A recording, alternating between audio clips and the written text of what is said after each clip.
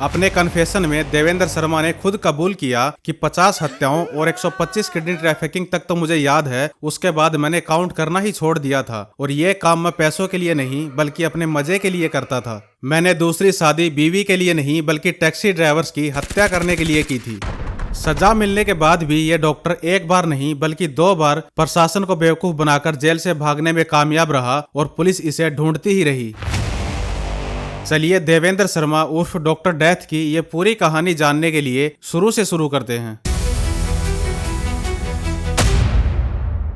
देवेंद्र शर्मा का जन्म सन 1958 में उत्तर प्रदेश अलीगढ़ के पुराने गांव में हुआ था। देवेंद्र शर्मा बहुत ही गरीब घर में पैदा हुआ था और बचपन से ही उसने अपने घर में हमेशा पैसों की मारामारी ही फेस की थी। इसीलिए उसका बचपन से ही सपना था बहुत सारा पैसा कमाना और एक बड़ा आदमी बनना। देवेंद्र शर्मा ने अपनी बेसिक एजुकेशन गाँव के ही एक स्कूल से कम्प्लीट की। देवेंद्र बचपन से ही पढ़ाई में काफी तेज था, इसीलिए अपनी हायर एजुकेशन करने के लिए वो बुलंदशहर अपनी बहन के पास चला गया। अपनी स्कूलिंग कंप्लीट करने के बाद देवेंद्र ने डिसाइड किया कि वो एक आयुर्वेदिक डॉक्टर बनेगा, क्योंकि 90s के उस दौर में आयुर्वेदा की काफी डिमांड होती थी। रीजन इज उस समय इंग्लिश दवाइयां मार्केट में इतनी नहीं आई थी। सन 1984 में देवेंद्र शर्मा ने पटना की एक यूनिवर्सिटी से अपनी BAMS यानी bachelor of Ayurvedic medicine and surgery की पढ़ाई पूरी की और एक आयुर्वेदा डॉक्टर का लाइसेंस प्राप्त किया। पढ़ाई के दौरान ही सन 1982 में उसकी पहली शादी हुई। रिमेम्बर इट, पहली शादी मैंने इसलिए बोला क्योंकि देवेंद्र शर्मा ने आगे चलकर एक और शादी की थी और अपनी दूसरी पत्नी की आड़ में ही उसने असली क्राइम को अंजाम दिया था।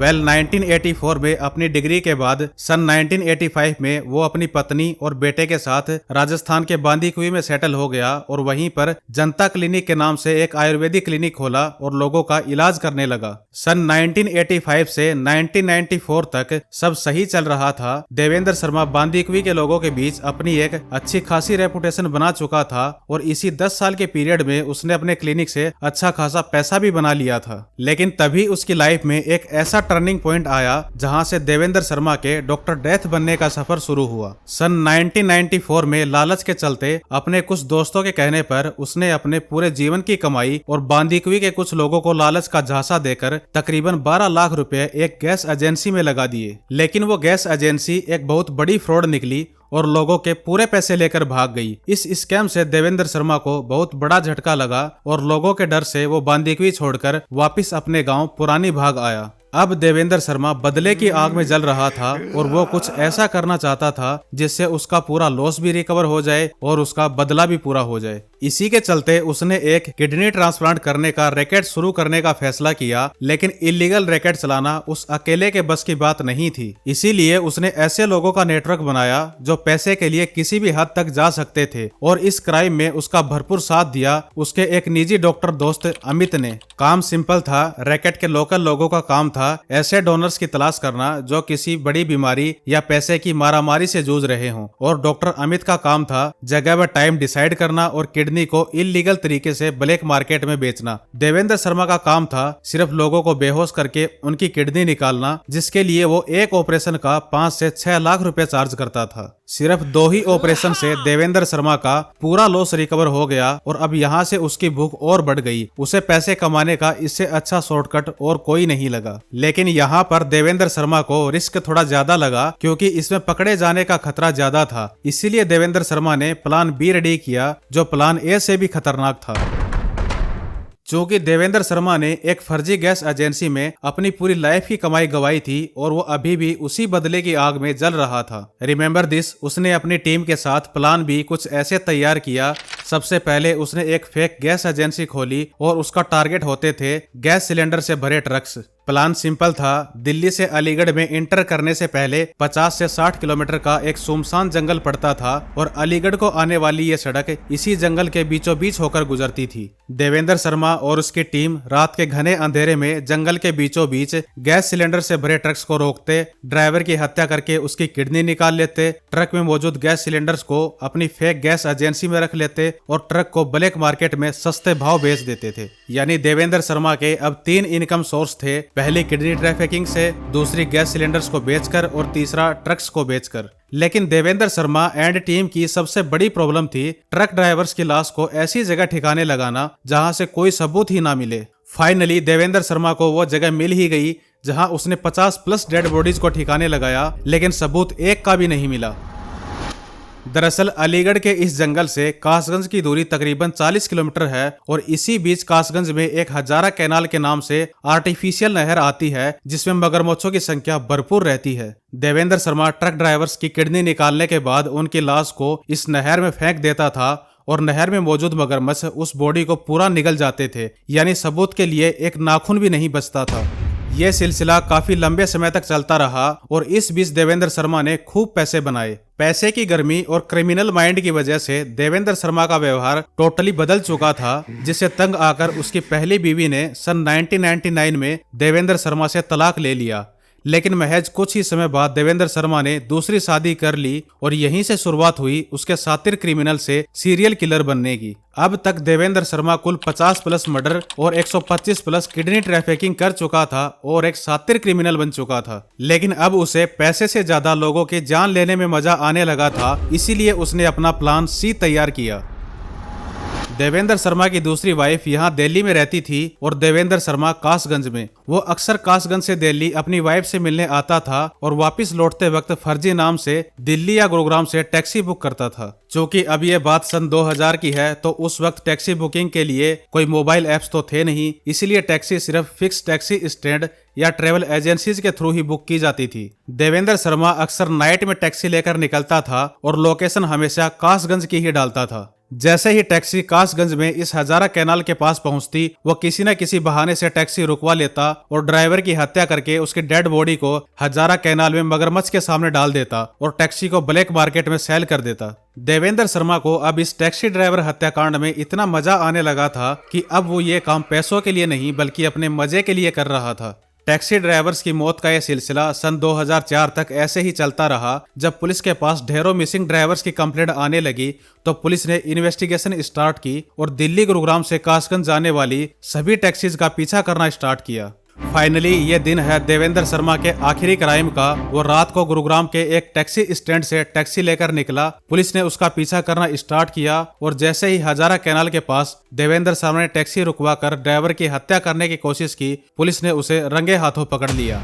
पुलिस ने जब देवेंद्र शर्मा का कन्फेशन रिकॉर्ड किया तो उसके भी होश उड़ गए। दरअसल पुलिस वालों को अभी तक यही कुछ 15 से 20 मिसिंग कंप्लेंट ही दर्ज हुई थी, तो उन्हें एक बार को तो यही लगा कि इस देवेंद्र शर्मा ने यही कुछ 15 से 20 मर्डर ही किए होंगे। लेकिन देवेंद्र शर्मा ने खुद अपने कन्फेशन में बताया कि 50 प्लस हत्याओं और 125 प्लस किडनी ट्रैफिकिंग तक तो मुझे अच्छे से याद है। उसके बाद मैंने काउंटिंग करना ही बंद कर दिया था और ये काम मैं पैसों के लिए नहीं बल्कि अपने मजे के लिए करता था। और फाइनली यहीं से इस डॉक्टर देवेंद्र शर्मा का नाम पड़ा डॉक्टर डेथ।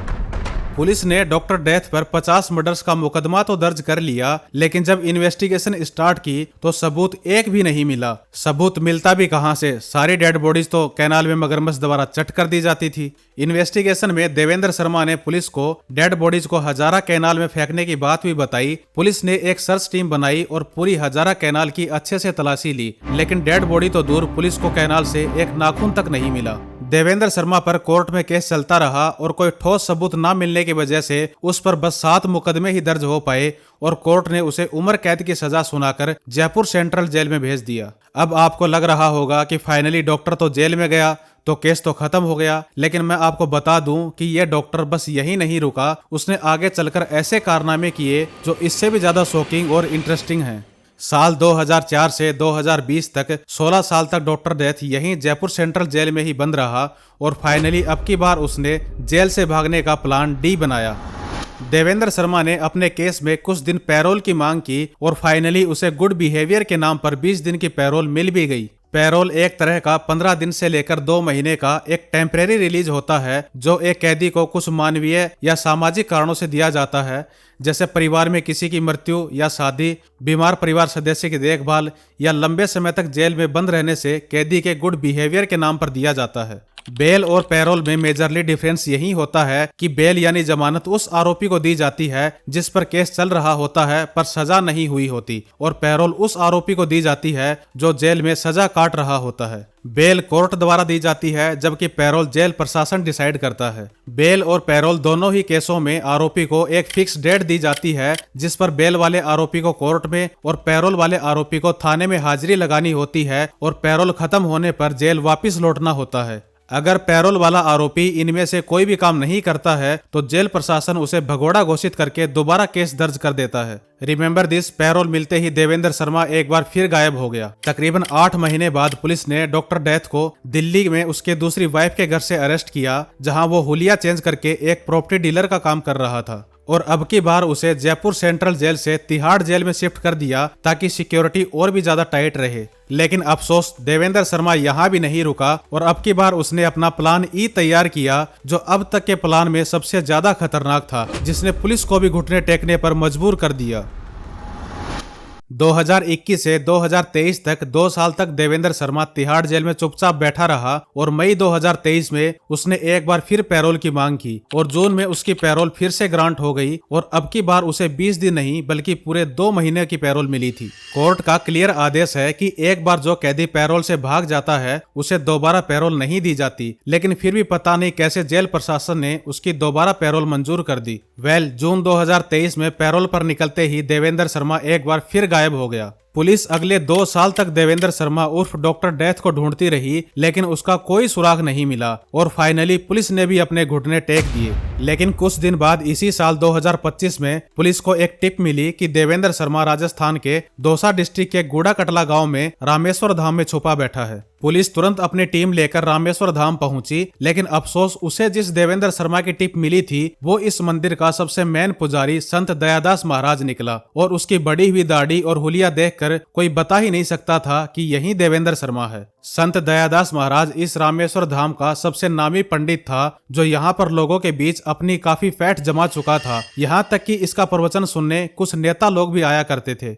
अब सिर्फ एक टिप के बलबूते पर पुलिस किसी नामी पंडित को अरेस्ट नहीं कर सकती थी, लेकिन टिप देने वाले ने बताया कि 100% संत दयादास महाराज ही डॉक्टर देवेंद्र शर्मा है, इसलिए पुलिस उसे छोड़ भी नहीं सकती थी। इसीलिए पुलिस ने भी अपना एक प्लान बनाया, लेकिन उससे पहले ये जानना जरूरी है कि देवेंद्र शर्मा संत दयादास महाराज बना कैसे। रिमेंबर दिस, अगर आपको याद हो तो ये वही देवेंद्र शर्मा है जिसने राजस्थान के दौसा डिस्ट्रिक्ट के बांदीकुई में सन 1985 से 1994 तक अपना आयुर्वेदिक क्लिनिक चलाया था। और इसी बांदीकुई से 15 किलोमीटर दूर स्थित है यह रामेश्वर धाम, जहां पर एक पंडित की जरूरत थी। बस इसी मौके का फायदा उठाकर देवेंद्र शर्मा संत दयादास महाराज के नाम से इस मंदिर में पुजारी बन गया और यहाँ के लोगों को यकीन भी दिला दिया कि वो एक नामी पंडित है। हालांकि पुलिस की टिप तो पक्की थी, लेकिन उसे संत दयादास महाराज में ऐसा कोई भी लूप होल नहीं मिला जिसके बिना पर वो उस पर हाथ डाल सके। फाइनली पुलिस ने एआई का सहारा लिया और देवेंद्र शर्मा की पुरानी फोटोज पर दाढ़ी और संत के कपड़े लगाकर उसे संत दयादास महाराज की फोटो से मैच किया।